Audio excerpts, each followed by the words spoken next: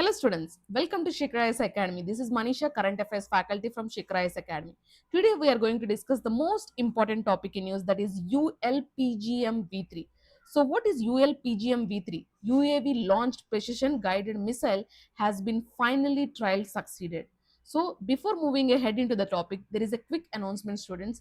There is a 2-hour marathon on answer writing by complete guided to master your answer writing like a topper by Deepika Reddy Madam with 17 plus years of experience. In this session, you'll be getting how to do this basic structure, question pattern, PYQ analysis, and also live answer formation. You can also ask doubts. And this session is on 30th May at 5 p.m. So link will be displayed in the description and also in the chat box. Grab the opportunity. So let us move into the topic. So why this is actually in news? Because the Defense Research and Development Organization has successfully the final deployment trials for ULPGM V3. So these trials were conducted in A2 ground mode as well as A2 air mode. Okay, and it demonstrating this missile's multi-role combat capability. So the missile has now entered a near induction stage before using the trials by the Indian Armed Forces. So let us see briefly about ULPGM V3.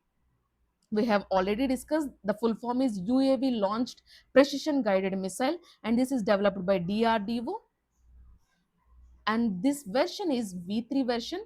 And these modes also we have seen, that is A2 ground mode and also A2 air mode. And these combat capabilities, this can be compatible in all weather conditions as well as day and night operations. Okay, let us see the evolution of the ULPGM family. So what is the version? V1 version, this is related to the basic free fall precision missile. The V2 version, that is added propulsion and also longer range and mid-course updates. Let us see the V3 version. The V3 version is, this is ULPGM V belongs to V3 version. So V3 version is multi-role missile with advanced seekers and also multiple warheads. So let us see, the V3 has marked a major advancement in India's drone warfare capability. Let us see the key technical features of ULPGM V3. So what is the key features? One is dual channel seeker. This is equipped with the high definition dual channel seeker. That means it uses multiple sensors to accurate targeting the tracking and also two-way data link. This mainly enables the post-launch of target updates, mission changes during flight, and also real-time operator control. Okay. The third one is multiple target capability. So this mainly accurately engages the stationary targets, moving targets, and aerial threats and ground-based systems. And also the fourth one is day and night and all weather conditions. So this functions efficiently in darkness and also adverse weather and also complex combat conditions. So let us see the operation visibility. So this suitable for multiple terrains, like this can operate in plains as well as deserts and also high altitude Himalayan regions. So this wide range of targets can engage in tanks as well as armed vehicles and bunkers, drones, helicopters, and fortified structures. So let us see the three types of warheads. What are the three types of warheads? One is anti-armor warhead. This is designed to destroy the tanks as well as armed vehicles, and also this including ERA as well as RHA. So ERA means explosive reactive armor. RHA means rolled homogeneous armor. And also the second one is penetration cum blast warhead. This used for bunkers as well as fortified structures, and also it is enriched for enemy positions. And also the third one is pre-fragmentation warhead. So this effectively against the personally and also the light vehicles and also the soft targets.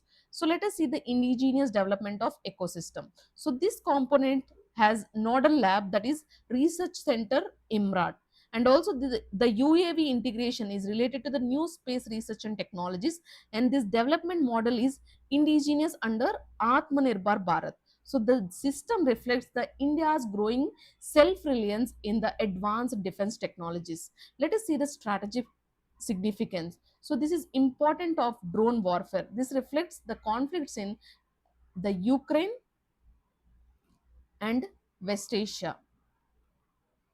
So we have shown the increasing of importance of the drones, precision strikes, and also the counter drone systems. This also reflects the network centric warfare. Network centric warfare. So the ULPGM V3 supports the real-time battlefield integration and also the sensor to the shooter connectivity and dynamic targeting. And this missile post-launch update the capability in crucial in fast changing this combat situations. And also it reduce the risk to soldiers,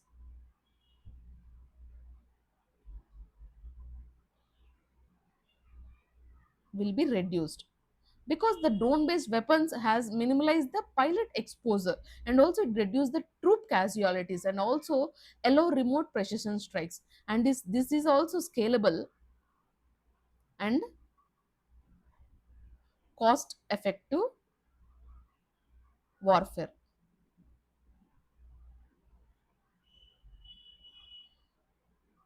So this compared to the manned systems, these drones are cheaper and also easier to mass produce, and this will be highly adaptable.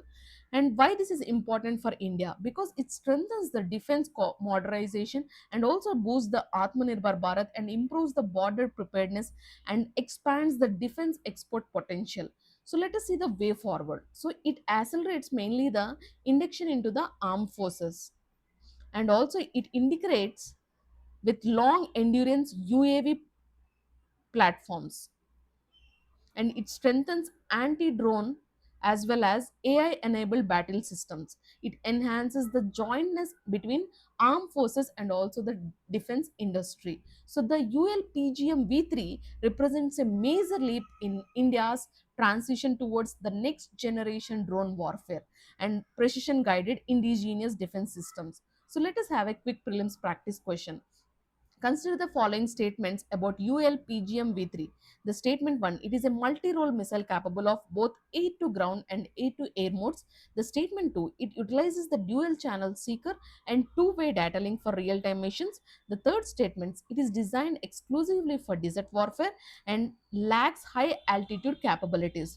So the which of the following statements is or are correct? A 1 and 2 only, B 2 and 3 only, C 1 only, D 1, 2 and 3 only. So comment your answer in the comment section. Thank you.